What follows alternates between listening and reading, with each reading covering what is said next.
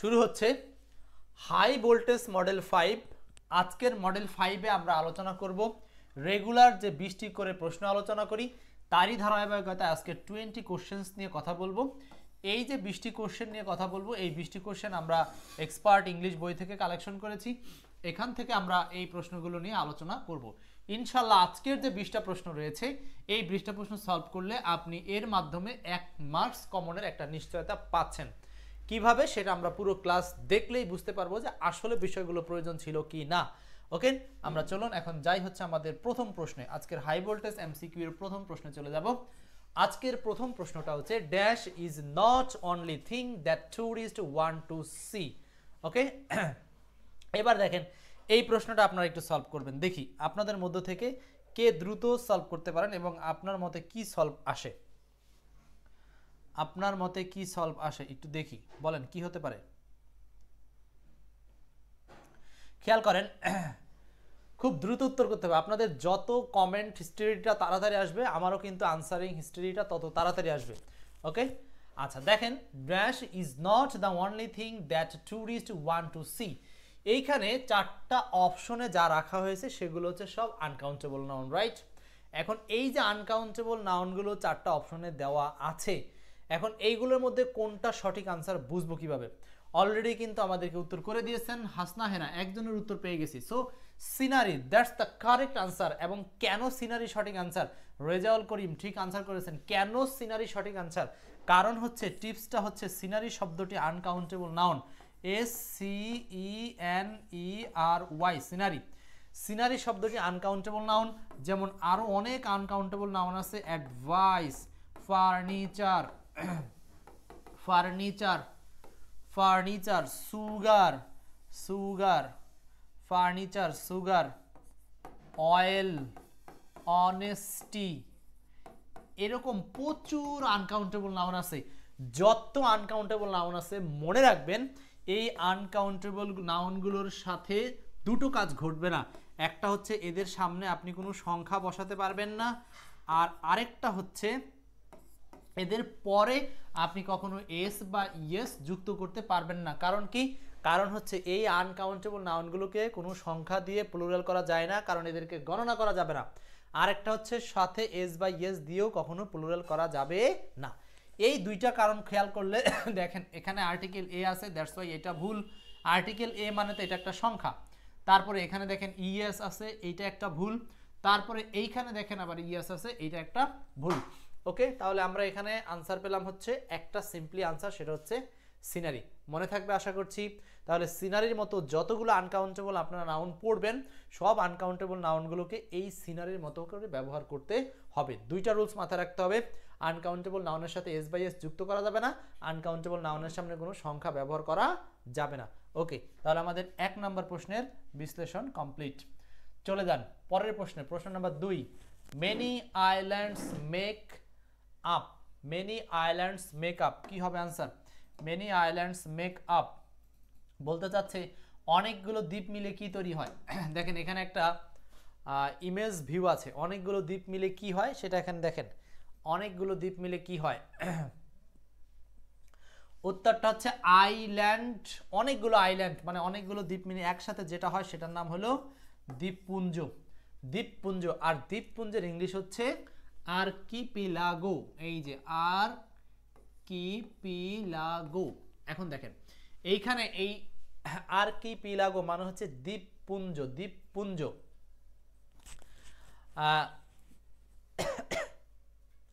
Continent কথাটার মানে হলো মহাদেশ। মহাদেশ এক জিনিস, দ্বীপপুঞ্জ আরেক জিনিস। মহাদেশ মানে অনেকগুলো দেশ মিলে একটা দেশ, মানে একটা ভাগ, সেটার নাম হলো মহাদেশ। আর এখানে যেটা চেয়েছে সেটা হচ্ছে অনেকগুলো দ্বীপ মিলে যেটা হয় সেটার নাম হলো আর্কিপিলাগো বা দ্বীপপুঞ্জ। আর্কিপিলাগো বা দ্বীপপুঞ্জ। ওকে, সুলাইমান ভাই আনসার বলেছেন বি নাম্বার, রাইট। এটার আনসার হচ্ছে বি নাম্বার। বি নাম্বার মানে হচ্ছে আর্কিপিলাগো। ওকে, নেক্সট। তাহলে এইটা হচ্ছে ইয়ে থেকে দেওয়া, অ্যানালজি থেকে দেওয়া একটা প্রশ্ন। এটা আপনারা পড়ে রাখবেন, খুব গুরুত্বপূর্ণ, বারবার আসে। নার্গিস আপু আনসার করেছেন বি। এরপরে 3 নাম্বার বলেন, rest is necessity dash me now.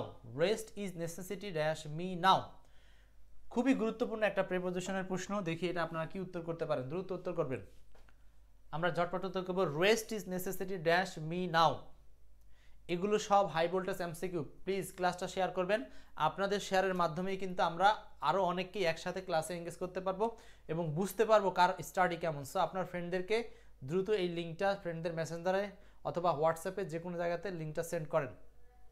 Share অপশানে গিয়ে যে লিঙ্কটা পাবেন লিঙ্ক কপি করে পাঠাতে থাকেন। ওকে, rest is necessity dash me now, কি হবে আনসার? বাসার বলছেন, তিনের আনসার হবে ফর। দুঃখিত, তিনের আনসার নিতে পারছি না, তিনের আনসারটা ফর হবে না। এখনই তো আপনার মধ্যে দেখেন কেন হবে না সেইটা আপনার মাথায় ঢুকবে, ভুল করলেই আপনার জিনিসটা মাথায় থাকবে। তাসনিম বলছেন স্বর্ণ, আপনিও বলছেন সি, হবে না হবে না হবে না। Rest is necessity for me, এখানে ফর হবে না, ফর হবে না।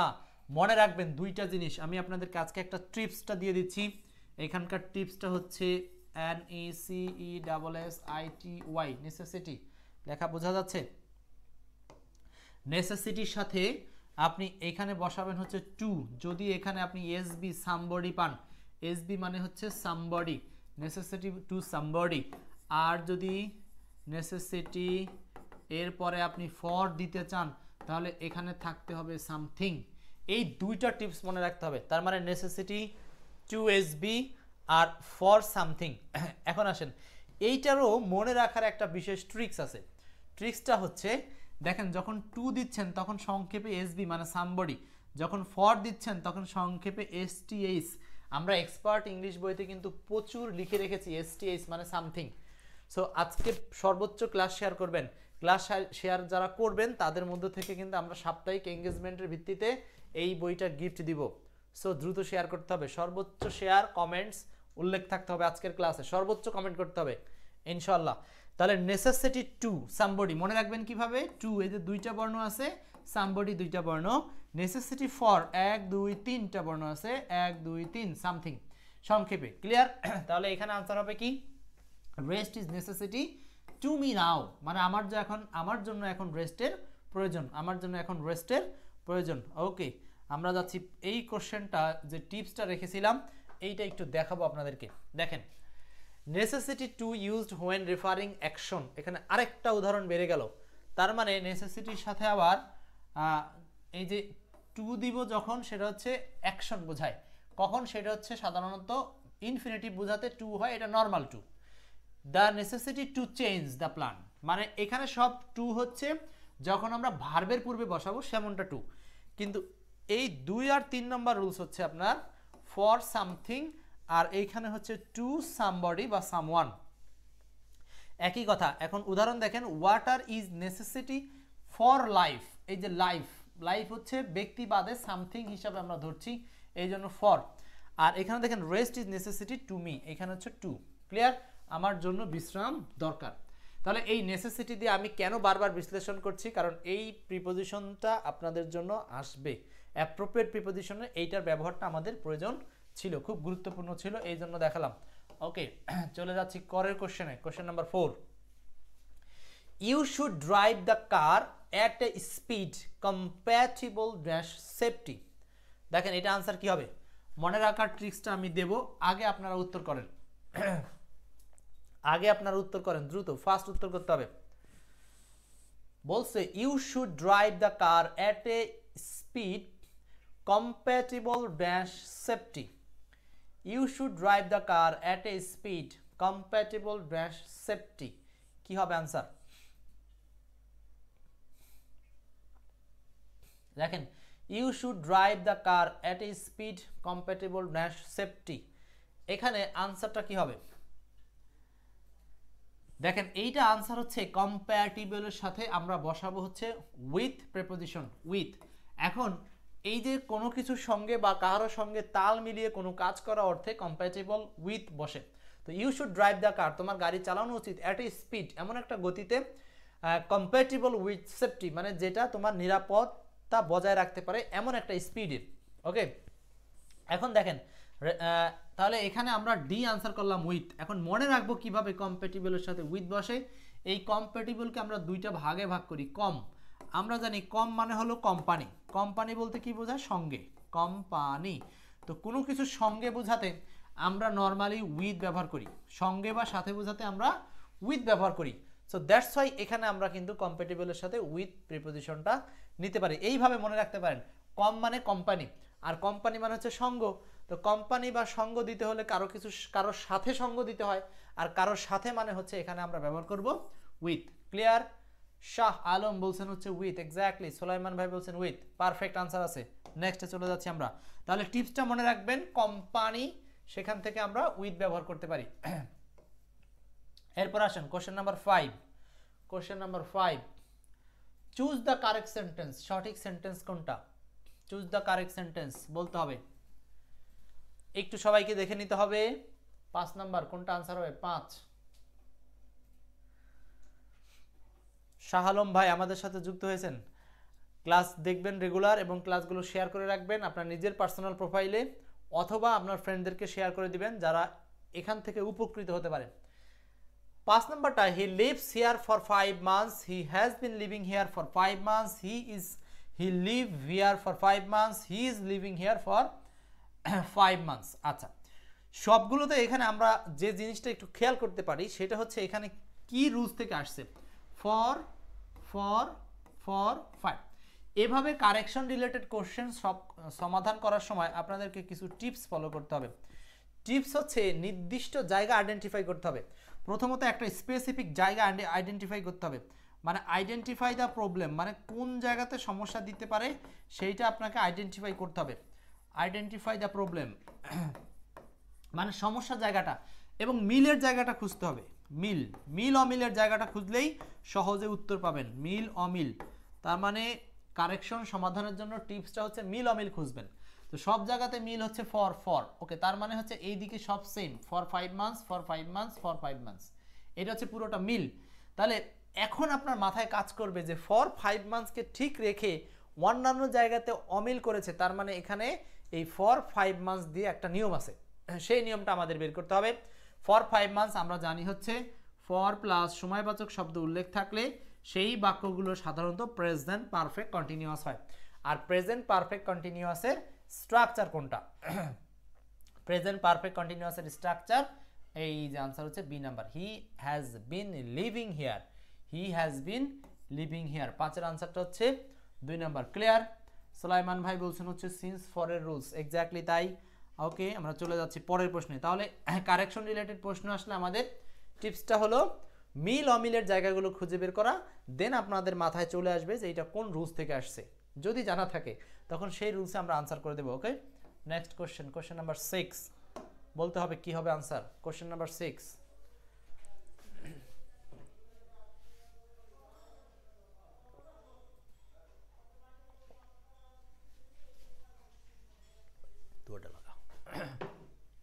দরজা লাগা। 6 নম্বর প্রশ্ন দেখেন। 6 নম্বর প্রশ্নে বলা আছে she was used to dash the poor. she was used to dash the poor. নিয়মটা মনে রাখতে হবে, এটা আমরা সবাই অধিকাংশই জানি, সেটা হচ্ছে বি ভার্ব থাকবে, এরপরে যদি কখনো used to থাকে দেন আমরা নতুন ভার্ব আসলে তার সাথে আইএনজি যোগ করি। ওকে, রুলসটা সবাই লিখে রাখবেন, খুবই প্রয়োজনীয়। নরমালি যদি বি ভার্ব না থাকে, শুধু ইউজ টু থাকে, দেন আমরা ব্যবহার করি হচ্ছে ভার্বের বেস ফর্ম বা ভি1, বেস ফর্ম বা ভি1।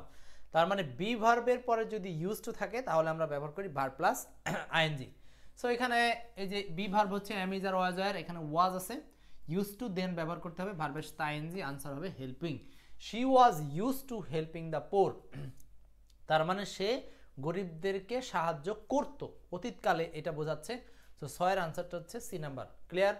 আমিরুল ইসলাম ইলিয়াস, এক্স্যাক্টলি 6 এর আনসার হচ্ছে সি। নেক্সট হচ্ছে কোশ্চেন নাম্বার 7। আরেকটা গুরুত্বপূর্ণ প্রশ্ন, কিন্তু এইটা আমরা অনেকেই ভুল করি, আশা করি এখন ভুল হবে না। দ্রুত 7 নাম্বারটা দেখি কে কে লিখতে পারছেন ভালো করে। মমিন ভাই যুক্ত হয়েছেন আমাদের সাথে। আজকের ক্লাসটা কিন্তু আপনারা দ্রুত শেয়ার করবেন এবং শেয়ার করে শেয়ার ডান লিখবেন। আজকে অনেকগুলো টিপস শেয়ার হবে, অনেকগুলো টিপস। যেমন এখানে আই স আমি দেখলাম দ্য বেগার, ভিক্ষুককে অন দ্য ফ্লোর। আচ্ছা, এখন এইখানে এই প্রশ্নটা দুইভাবে আপনাকে প্রবলেমে ফেলা হয়েছে। দুইভাবে কি কি? একটা রুলস হচ্ছে, আমরা যদি কখনো এই রুলসটা হচ্ছে সি ভার্বের পরে কোনো অবজেক্ট পাই, দেন আমরা নতুন ভার্বের সাথে আইএনজি যোগ করি এই অবজেক্টের পরে, এইটা একটা রুলস। তাহলে এই রুলস দিয়ে যদি আমরা আনসারটা কভার করি তাহলে খুব সহজে আনসারটা হবে লাইং, কোনো ভুল নাই। আচ্ছা, এখন আসেন এই লাইংটা আসলো কোথা থেকে? লাইং আসছে হচ্ছে এই লাই নামক ভার্ব থেকে। লাইংটা কোথা থেকে আসছে? লাই থেকে আসছে। দেখেন পরীক্ষায় যে হুবহু আপনার জন্য এই প্রশ্নটাই থাকবে তা কিন্তু না, এই প্রশ্নের রুলস থেকে আপনার আরেকটা প্রশ্ন আসবে, এই জন্য আমরা আপনাদেরকে ডিটেলস রুলসটা বলে দিচ্ছি। তাহলে লাই থেকে আসছে লাইং।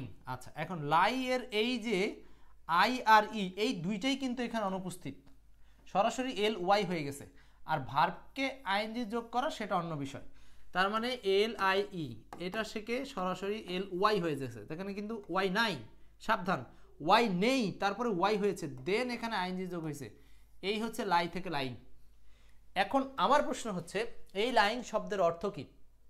আই স দ্য বেগার, আমি ভিক্ষুকটিকে দেখলাম, লাইং অন দ্য ফ্লোর, মানে ফ্লোরের উপরে শুয়ে আছে, ফ্লোরের উপরে শুয়ে থাকা অবস্থায় আমি ভিক্ষুককে দেখলাম। ক্লিয়ার? এখন খেয়াল করেন যে এই যে লাই শব্দটার আবার দুইটা অর্থ পাওয়া যায়, খুবই মারাত্মক সমস্যা কিন্তু। এই টিপসগুলো কমন মিস্টেক নামে এক্সপার্ট ইংলিশ বইতে দেওয়া আছে, যাদের কাছে এক্সপার্ট ইংলিশ আছে তারা কমন মিস্টেক চ্যাপ্টারটাতে গেলে এগুলো পাবেন। দেখেন লাই কথাটা দুইটা মিনিং, একটা হচ্ছে শোয়া বা শায়িত হওয়া, মানে নিজে শোয়া বা অন্যের দ্বারা শুয়ে পড়া। আরেকটা মিনিং হচ্ছে লাই মানে মিথ্যা বলা। ক্লিয়ার? যখন লাই মানে মিথ্যা বলা, তখন লাইয়ের প্রেজেন্ট ফর্ম লাই, past form light, past participle হচ্ছে লাইট। তাহলে লাই যখন মিথ্যা বলে তখন হচ্ছে এই যে ই রেখে দিবে, ই থাকবে সাথে, ই সাথে নিয়ে, মানে ডি সাথে নিয়ে দৌড় মানে। তার মানে দেখেন লাই যখন মিথ্যা বলে ডি নিয়ে দৌড় মানে। আপনি যদি এই ক্লুটা মনে রাখতে পারেন তাহলে এটা মনে রাখবেন যে লাই যখন মিথ্যা বলে ডি নিয়ে দৌড় মারে, লাই যখন মিথ্যা বলে ডি নিয়ে দৌড় মারে। তার মানে আপনি বলতে পারেন যে লাই থেকে পাস্ট ফর্ম লাইট আর পাস্ট পার্টিসিপল ফর্ম হচ্ছে লাইট। ওকে, আচ্ছা, লাই যখন এখানে শুয়ে পড়ে বা শুয়ে থাকে তখন এই শোয়া বা শুয়ে পড়া অর্থে লে লেইন গান করে, লে লেইন গান করে। দেখেন লাই যখন শুয়ে পড়ে লে লেইন গান করে, লে হচ্ছে V2 আর লেইন হচ্ছে V3। তাহলে মনে থাকে না কিন্তু, এগুলো যতবার পড়বেন ততবারই ভুলবেন, কিন্তু এই টিপসটা আপনাকে হেল্প করবে। তার মানে লাই যখন শুয়ে পড়ে লে লেইন গান করে, লাই যখন শুয়ে পড়ে তার মানে লাইয়ের মিনিং যখন শুয়ে পড়া তখন হচ্ছে লে লেইন গান করবে। আর এই লে লেইন থেকেই আবার লাইং, এটা হচ্ছে ভার্বের সাথে আইএনজি। আর এইটার ক্ষেত্রেও লাইং, লাইং আইএনজি অবস্থায় দুইটার নিয়মই সেম, আইএনজি অবস্থায় দুইটার নেমই সেম, কিন্তু আপনার এই যে পাস্ট ফর্ম মানে V2 আর V3 দুইটার ক্ষেত্রে আলাদা। আশা করি আপনাদেরকে এই ছোট্ট টিপসটা খুব হেল্প করবে এই কনফিউশনটা ক্লিয়ার করতে, কমন মিস্টেকটা দূর করতে। ক্লিয়ার? এম এ মমিন বলছেন হচ্ছে মিথ্যা বলা, রাইট। তাহলে লাই হচ্ছে মিথ্যা বলা, লাই যখন মিথ্যা বলে লাইট ডি নিয়ে দৌড় মানে লাইট লাইট করে, আর লাই যখন শুয়ে থাকে তখন লে লেইন গান করে, লে লেইন গান করে। ওকে, তাহলে আমার এখানে বোঝানো শেষ। মনে রাখবেন এই যে স ভার্বটা আসছে হলো সি থেকে, স এরপরে একটা অবজেক্ট আছে দ্য বেইগার, এরপরে নতুন ভার্ব বসাতে হলে সেটার সাথে হবে আইএনজি। আর এই লাইন সংক্রান্ত বিস্তারিত আলোচনা কিন্তু আমরা এখানে দেখালাম। ক্লিয়ার? যদি বুঝতে পারেন এগুলো আপনারা নিজেদের মতো করে কমেন্টে লিখবেন এবং খাতায় লিখে রাখবেন এই টিপসগুলো। এছাড়া আমাদের এক্সপার্ট ইংলিশ বইতে তো আছেই। পরের question number 8, high voltage question 8। সে হাঁপাতে হাঁপাতে এখানে আসলো, সে হাঁপাতে হাঁপাতে এখানে আসলো, সে হাঁপাতে হাঁপাতে এখানে আসলো। এখন এই হাঁপানোর ইংলিশটা জানলেই হয়ে যাবে। এটা আসলে মূলত ট্রান্সলেশন থেকে আসা প্রশ্ন, ট্রান্সলেশন থেকে আসা প্রশ্ন। বলেন সে হাঁপাতে হাঁপাতে এখানে আসলো, তার মানে এইটার আনসার হচ্ছে প্যান্টিং। এই প্যান্টিং কথাটার মানে হচ্ছে হাঁপানো, প্যান্টিং, প্যান্টিং, প্যান্টিং কথাটার মানে হচ্ছে হাঁপানো, মানে সে হাঁপাতে হাঁপাতে এখানে আসলো। এখন এইগুলো মনে রাখবেন, এই যে কেম ভার্বের পরে এইখানে ওই ভার্বটার সাথে আইএনজি যুক্ত হয়েছে, কেম হারিডলি না, বরং প্যান্টিং মানে হাঁপাতে হাঁপাতে। মানে এইখানে মনে রাখবেন একটা কথা, সেটা হচ্ছে ভার্ব প্লাস আইএনজি সমান সমান কখনো কখনো দ্বৈত বাংলা দেয়, দ্বৈত, দ্বৈত বাংলা কিভাবে? ক্রিয়া প্লাস তেতে, ক্রিয়া প্লাস তেতে, ক্রিয়া প্লাস তে, আবারও ক্রিয়া প্লাস তে, মানে তেতে বাংলা দেয় কখন? যখন ভার্বের সাথে আইএনজি থাকে। তো ভার্বের সাথে আইএনজি থাকলে আরো অন্যরকম বাংলা দিতে পারে। তো একটা অন্যতম বাংলা দেওয়ার সিস্টেম হচ্ছে ক্রিয়া প্লাস তে, ক্রিয়া প্লাস তে, তার মানে তেতে উচ্চারণ হয়, হাঁপাতে হাঁপাতে। ওকে, নেক্সট কোশ্চেনে যাচ্ছি। তাহলে এই কোশ্চেনের আনসারটা তো সবাই বুঝতে পারছি, জাস্ট খালি এই ভার্বটা মনে রাখলেই হয়ে যাচ্ছে। Next question number 9, what is the noun form of the word see? এটা আসলে মুখস্থ করারও কিছু নাই, নর্মালি এখানে টিপস দেওয়ারও কিছু নাই। সি এই শব্দের নাউন রূপটা হচ্ছে সাইট, সি শব্দের নাউন রূপটা হচ্ছে সাইট, সি এটা নাউন হচ্ছে সাইট। দ্রুত লিখে ফেলবেন, কমেন্টে এগুলো লিখে নেবেন। দেখেন যে যত লিখবেন টাইপ করবেন তার তত জিনিসগুলো মনে থাকবে, আর আপনি যদি অবহেলা করে টাইপ না করেন এগুলো সারা জীবন ওই ভুলই থেকে যাবে। তা আমি চাই না যে আপনারা এগুলো ভুল নিয়ে পড়ে থাকেন। বেশি দিন না, এক্সপার্ট ইংলিশে 3 মাসের মতো ক্লাস করলে আপনার এই সব ইংলিশগুলো একেবারে পরিষ্কার হয়ে যাবে।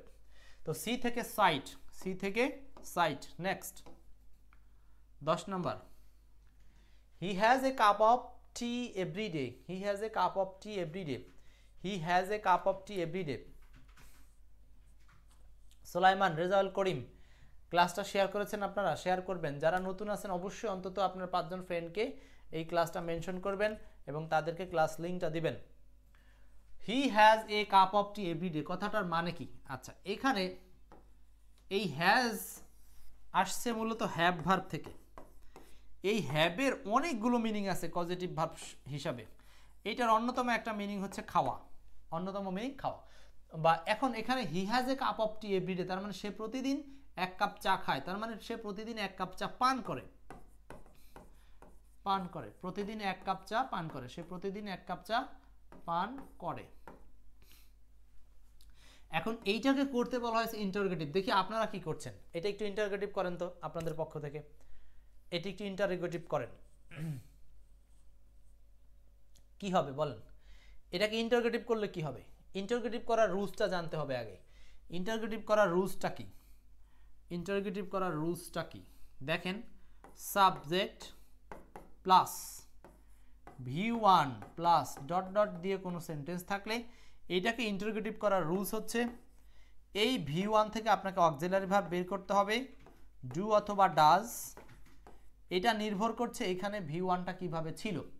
সো V1টা যদি নর্মাল V1 হয়, তার মানে সাবজেক্ট যদি থার্ড পারসন সিঙ্গুলার না হয় অন্য কিছু হয়, তাহলে হচ্ছে ডু, আর থার্ড পারসন সিঙ্গুলার হলে এখানে আসে হচ্ছে ডাজ। আচ্ছা, প্লাস এই সাবজেক্ট ঠিকই থাকে, প্লাস এই ভার্বটাও ঠিকই থাকে, ডট ডট, শুধু বাক্যের শেষে একটা প্রশ্নবোধক চিহ্ন দিতে হবে। সো 10-এর আনসারটা কি হবে? তাসনিম আক্তার স্বর্ণ। আহা, দুঃখের বিষয়, কিচ্ছু হয়নি, আনসারটা ভুল হয়ে গেছে। এরপরে মমিন বলছেন হচ্ছে 10-এর আনসার 1, 10-এর আনসার 1। রেজাউল করিম বলছেন 10-এর আনসার 1। এক্স্যাক্টলি 10-এর উত্তর 1 হবে। কেন?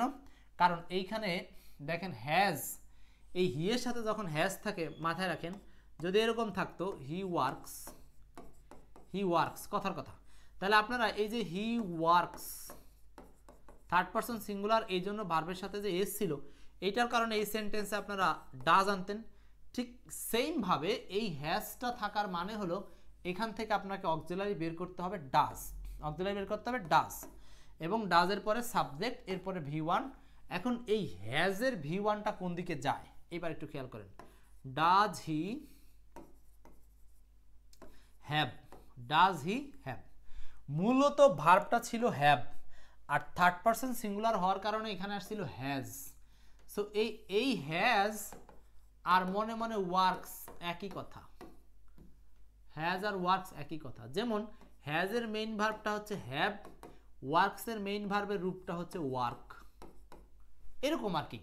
সো বিষয়টা ক্লিয়ার কিনা দেখেন। আচ্ছা, এখন হাসনা হেনা বলছেন হচ্ছে বি নাম্বার হয় কিনা ইন্টারোগেটিভ করার জন্য। না, doesn't he has a cup of T every day, এইটা আসলে ভুল। নানান কারণেই ভুল, কারণ হচ্ছে এইখানে নেগেটিভ আনার কোনো প্রয়োজন নাই, কারণ এটাকে আমরা নর্মাল একটা ইন্টারোগেটিভ সেন্টেন্স করব। সো এখানে বলে নাই যে এইটাকে ইন্টারচেঞ্জ করেন বা মিনিং ঠিক রেখে চেঞ্জ করেন, এরকম বলে নাই। ক্লিয়ার? সো দ্যাটস ওয়াই এখানে আসলে নর্মাল আনসার এ নাম্বার, নর্মাল আনসার এ। বুঝতে পারছি? Mahmud Hasan, doesn't he have a cup of T every day?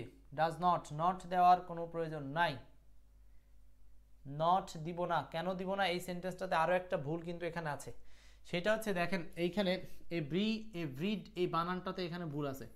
যদি বানানটা ভুল না থাকতো তাহলে আপনি যদি মনে করেন ডাজেন্ট হি এইটা দিবেন, এটা আরেকটা ভুল হচ্ছে, হি এর পরে এখানে হ্যাজ আছে, হি এর পরে কি আছে?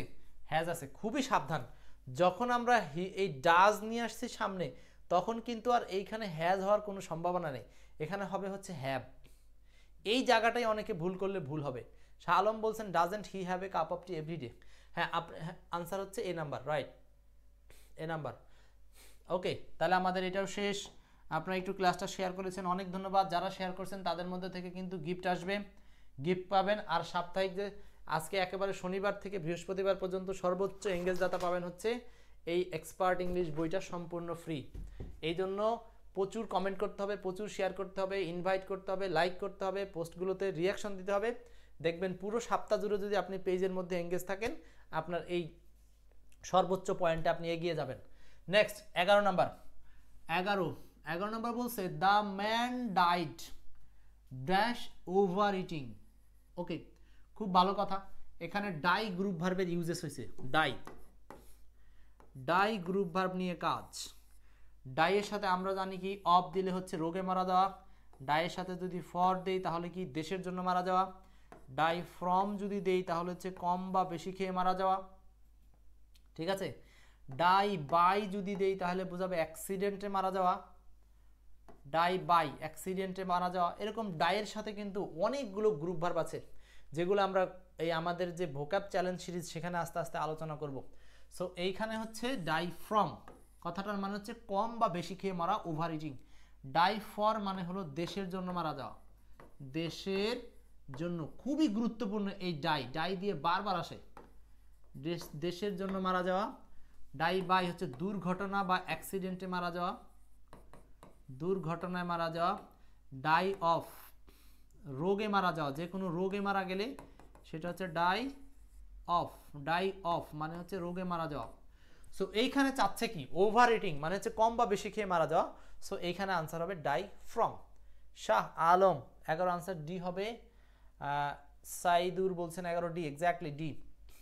আচ্ছা, এইগুলো আসলে মনে রাখবেন কি করে আপনারা, সেই মনে রাখার ট্রিক্সটা আসলে এখানে সরাসরি ওভার ইটিং। দেখেন ওভার ইটিং হতে, এখন ওভার ইটিং এর জন্য, ওভার ইটিং এর দ্বারা, ওভার ইটিং এর আপনি কোনভাবে মিনিং করবেন, যেভাবেই মিনিং করেন মিনিংটা কিন্তু আসে।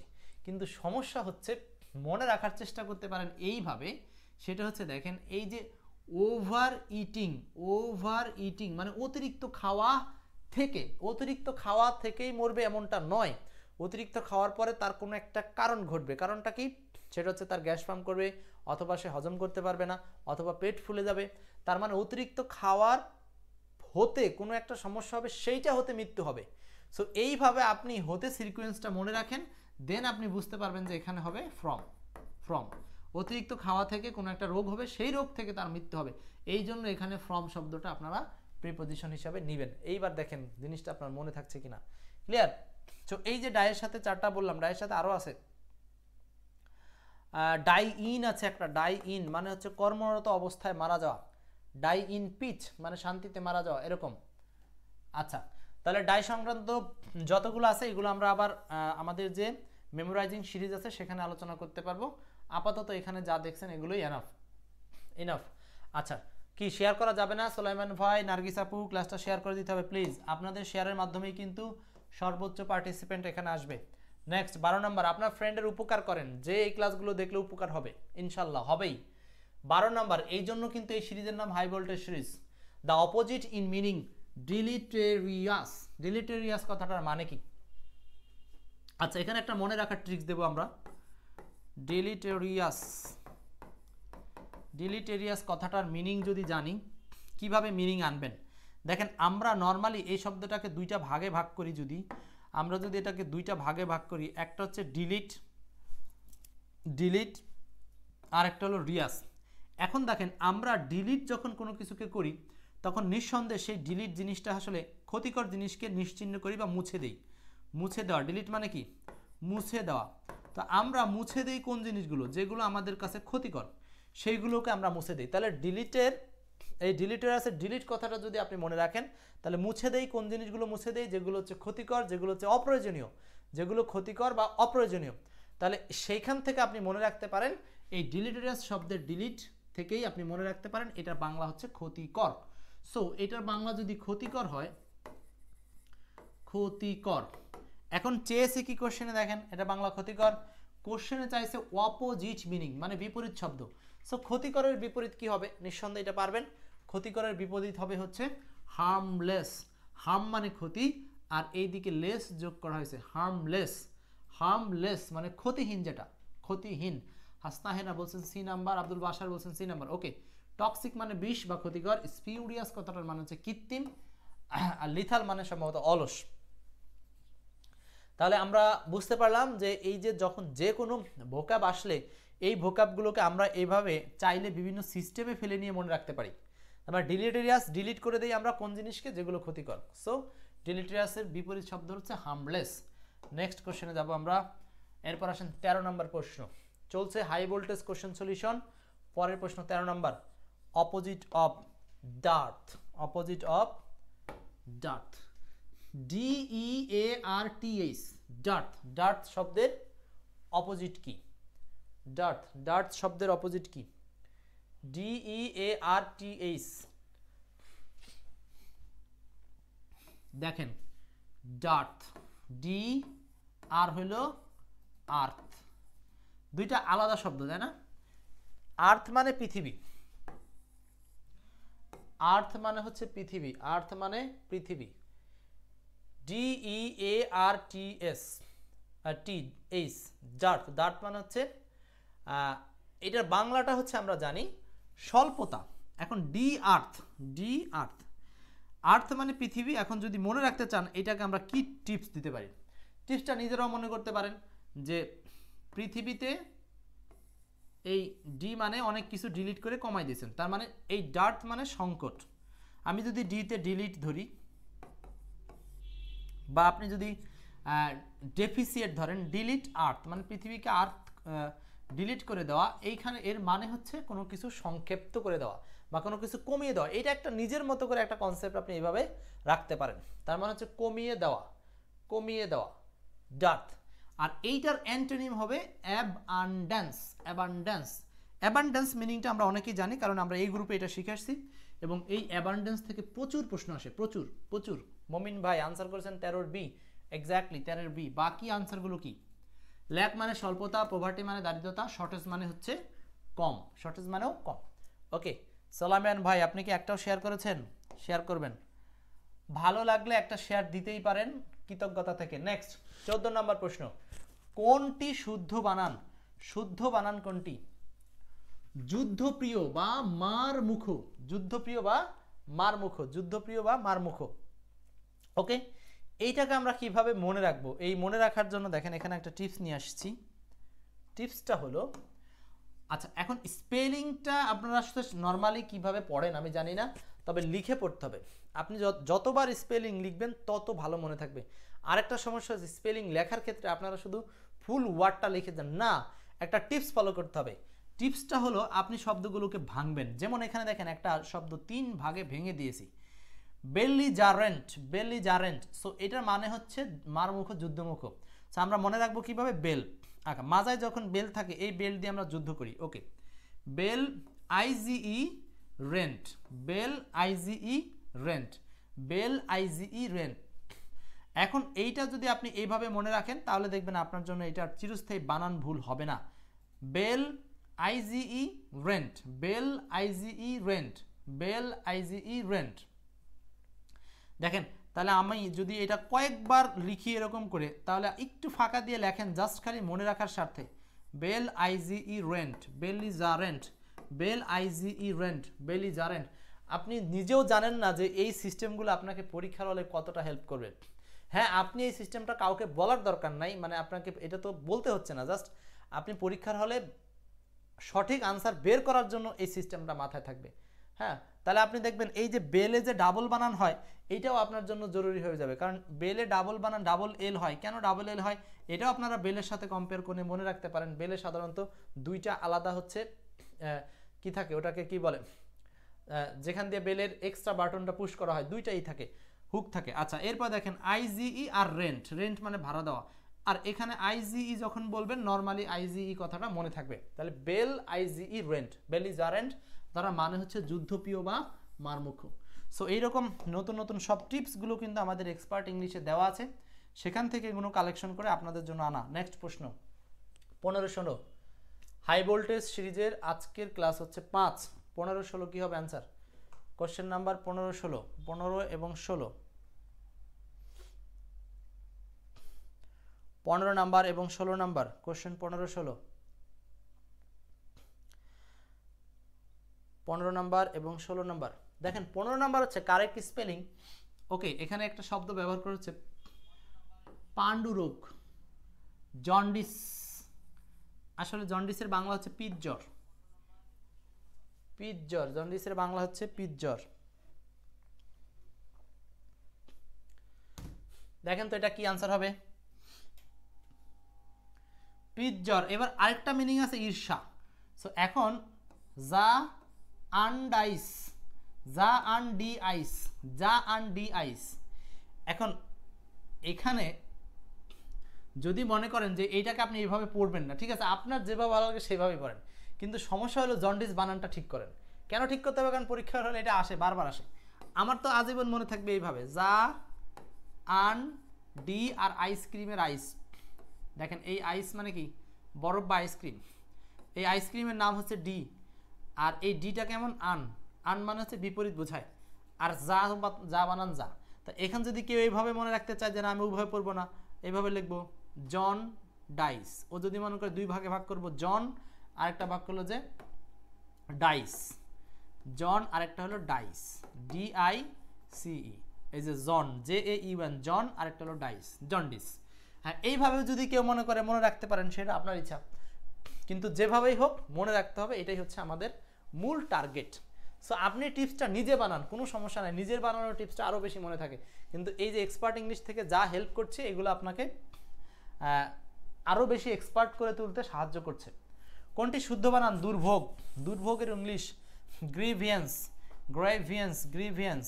এখন এইখানে একটা সমস্যা আছে, এই বানানটা মনে থাকে না, গ্রেভিয়েন্স।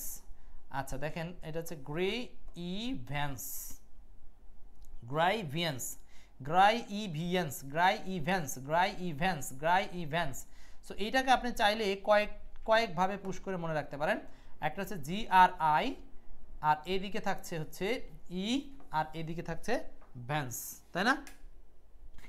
দেখেন গ্রাইভিয়েন্স, গ্রিভেন্স মানে হচ্ছে দুঃখ, দুর্দশা, যন্ত্রণা ইত্যাদি। ওকে, স্পেলিং দুটো কমপ্লিট 16 পর্যন্ত। পরের প্রশ্ন 17, এটা একটা গুরুত্বপূর্ণ প্রশ্ন, কিন্তু যদিও মেমোরাইজিং টাইপসের প্রশ্ন, এটা মেমোরাইজিং টাইপসের প্রশ্ন। Something which is obnoxious means that it is. কোনো কিছু যেটা অবনক্সাস, আচ্ছা ক্ষতিকর, দ্যাট ইট ইজ, সেটাকে আমরা কি বলতে পারি? সেটাকে আমরা কি বলতে পারি? Something which is obnoxious means that is, এটা 16তম বিসিএস আসছে, বলেন কি হবে অ্যান্সার?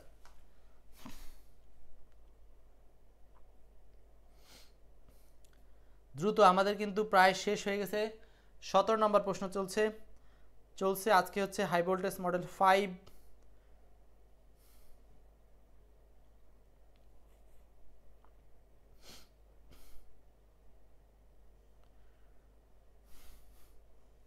দেখেন এখানে অবনক্সাস কথাটার মানে হচ্ছে জঘন্য, অবনক্সাস কথাটার মানে হচ্ছে জঘন্য বা আপত্তিকর, বা কোনো কিছু যখন বিরক্তিকর বোঝায়। আমরা আরেকটা কথা বলতে পারি, এটা হচ্ছে বিরক্তিকর বোঝায়, বিরক্তিকর, অবনক্সাস এটা হচ্ছে বিরক্তিকর। সো কোনো কিছু যখন বিরক্তিকর হয় সেটাকে আমরা কি বলতে পারি? সেটাকে বলতে পারি হচ্ছে অসন্তোষজনক। সো অসন্তোষজনক হিসাবে এটার আনসার হবে হচ্ছে very unpleasant, very unpleasant, very unpleasant. এখন এমন একটা শব্দ যেটার মিনিং অনেকের কাছে মনে হচ্ছে যে এটা মনে হয় আগলি হতে পারে, ডেঞ্জারাস হতে পারে, কিন্তু সরাসরি এইগুলো আনসার হবে না, আনসার হবে আনপ্লেজেন্ট। এটা হচ্ছে অসুখকর বা এটাকে বলবো হচ্ছে খারাপ পরিস্থিতি বা অসন্তোষজনক কোনো পরিস্থিতিকে বলা হচ্ছে অবনক্সাস। অবনক্সাস মানে অসন্তোষজনক পরিস্থিতি। সো আপনারা এই প্রশ্নটা আসলে হুবহু এই আনপ্লিজেন্ট শব্দটা কিন্তু অপশনে পাবেন। ওকে, নেক্সট যাচ্ছি পরের কোশ্চেনে। কোশ্চেন নাম্বার 18 এবং 19। নার্গিস আপু বলছিলেন হচ্ছে 17 ডি, এক্স্যাক্টলি 17 আনসার ডি ছিল। এখন আসেন 18 এবং 19, 18 নম্বর প্রশ্ন। 18 এবং 19, কোশ্চেন নাম্বার 18 বলা আছে I have dash interest in the matter, man can not live alone. এই অ্যালোন শব্দটা কি? দুইটা শব্দ দেওয়া আছে এখানে। দেখেন আই হ্যাভ ড্যাশ ইন্টারেস্ট, মনে রাখবেন এই ইন্টারেস্ট শব্দটা হচ্ছে আনকাউন্টেবল নাউন। ইনকারেস্ট শব্দটা আনকাউন্টেবল নাউন। এখন রুলসটা হচ্ছে মনে রাখবেন সাম যদি ব্যবহার করতেন আপনারা, তাহলে নিয়ম অনুসারে সামের পরে নাউনটা প্লুরাল করতে হয় কিছু বোঝাতে, কিছু বোঝাতে। আচ্ছা গেল। আর পরেরটা হচ্ছে অ্যানি ব্যবহার করব, সাধারণত অ্যানির ইউজেসটা হয় ইন্টারোগেটিভ এবং নেগেটিভ সেন্টেন্সে। ইন্টারোগেটিভ এবং নেগেটিভ সেন্টেন্সে অ্যানির ইউজেস হয়। আর এইখানে নান হওয়ার কোনো সুযোগ নাই, কারণ এখানে নানটা হলো প্রোনাউন। বাট প্রোনাউন এই অ্যাডজেক্টিভের সামনে সরাসরি বসছে না, বা এটা আমরা ভার্বের পরে ব্যবহার করতে পারতেছি না। নান না থেকে যদি নো থাকতো তাহলে একটা কথা ছিল। আচ্ছা, আর ও নো তো আছে, তাহলে নো আনসার হবে, নো আনসার হবে, নো, নো আনসার হবে। তাহলে উত্তরটা হচ্ছে I have no interest. No plus যদি কোনোভাবে নাউন থাকে, no plus noun, no plus কোনো নাউন থাকলে,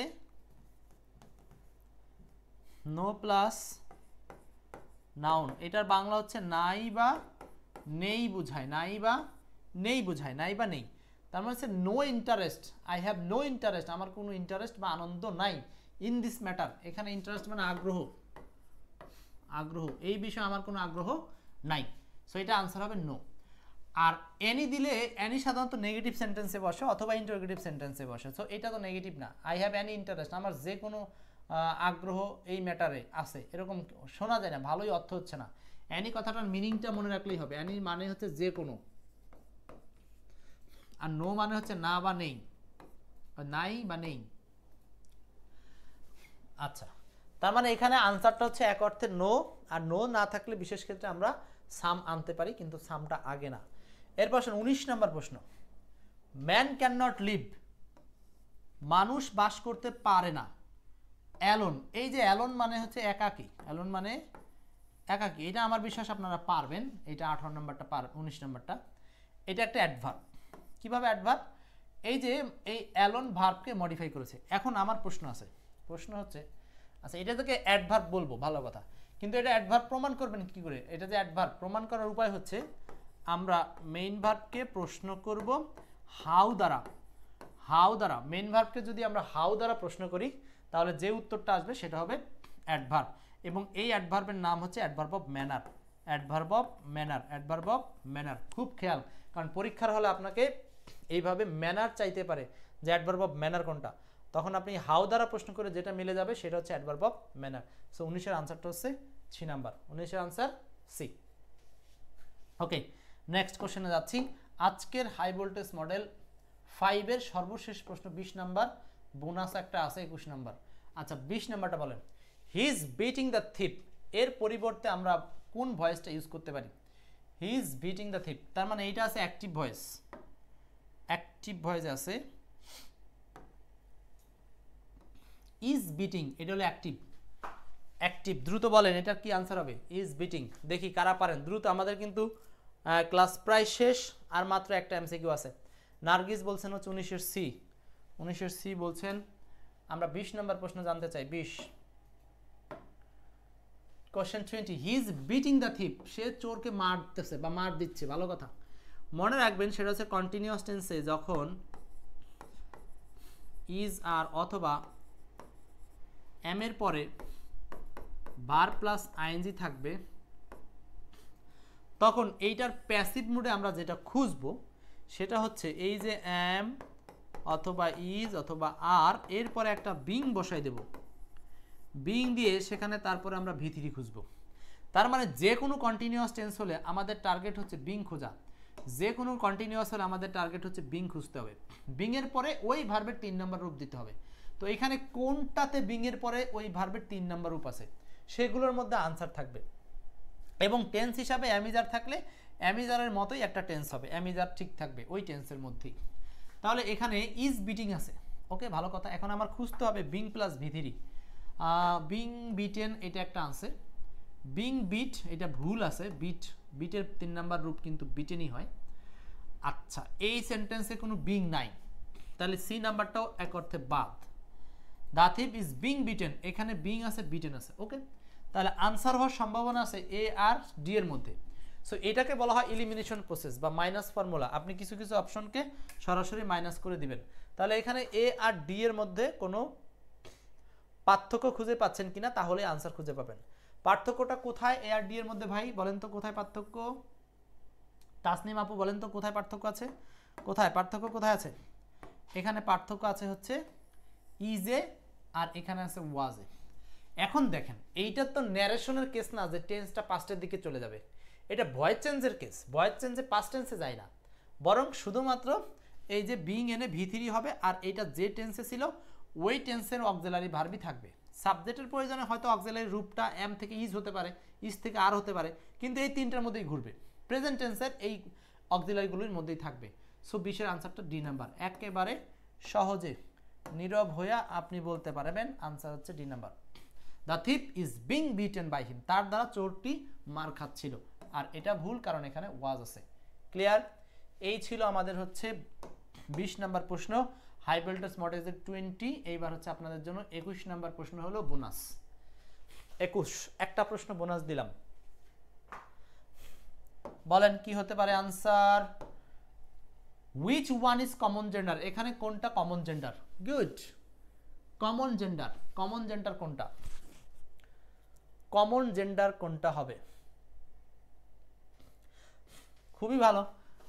জেন্ডার কয় প্রকার আমরা তো জানি সাধারণত, এই যে দেখেন জেন্ডার। আচ্ছা আপনাকে আচ্ছা বলেন জেন্ডার আর এইটার উচ্চারণ কি? দুটার উচ্চারণ কিন্তু আলাদা ভাই, মনে রাখেন। জি এর পরে যখন ই থাকে তখন সেটা জয়ের উচ্চারণ হয়, আর জি এর পরে যখন এ থাকে তখন সেটা গয়ের উচ্চারণ হয়। সো এটার নাম হলো গ্যান্ডার, এটার নাম হলো গ্যান্ডার। গ্যান্ডার মানে রাজহাঁস। আর এটার বাংলা মানে হলো জেন্ডার, জেন্ডার। এটা বাংলা হলো জেন্ডার, জেন্ডার মানে আমরা জানি লিঙ্গান্তর। ওকে ভালো কথা। জেন্ডার হচ্ছে সাধারণত ম্যান, এটা হচ্ছে ম্যাসকুলাইন জেন্ডার। ম্যাসকুলাইন জেন্ডার মানে পুলিঙ্গ। বয় এটাও masculine gender, masculine gender. Girl এটা হচ্ছে ফেমিনাইন জেন্ডার। আর বেবি, এখন সমস্যা হলো দেখেন, বয় বললে আপনি বুঝেন ছেলে, আর গার্ল বললে বুঝেন মেয়ে, ম্যান বললে বুঝেন মানুষ ছেলে, কিন্তু বেবি বললে আপনি বুঝেন শিশু। বেবি বললে বাংলা বুঝেন শিশু। তো শিশু বলতে সেই শিশুটা কি ছেলে শিশু নাকি মেয়ে শিশু, এইটা কিন্তু আমরা বুঝতে পারছি না। সো এই জন্য এখন ইদানিং এখানে একটা শব্দ ইউজ করা হয়, বেবি বয় বেবি গার্ল। বেবি বয় বেবি গার্ল।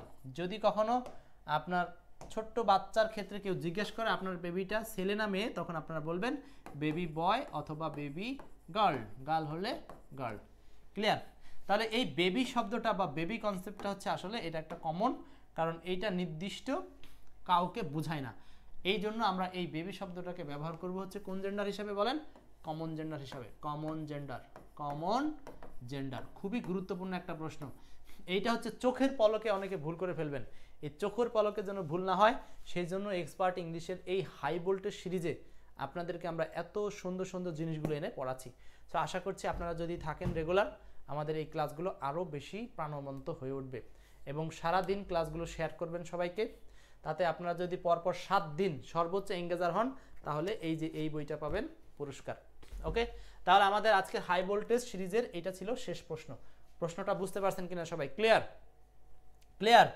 ওকে, দেন আমরা চলে যাচ্ছি অশেষ ধন্যবাদে। আজকের মতো আপনাদেরকে এই হাই ভোল্টেজ সিরিজের ক্লাস থেকে ধন্যবাদ জানিয়ে এই ক্লাসটা শেষ করছি।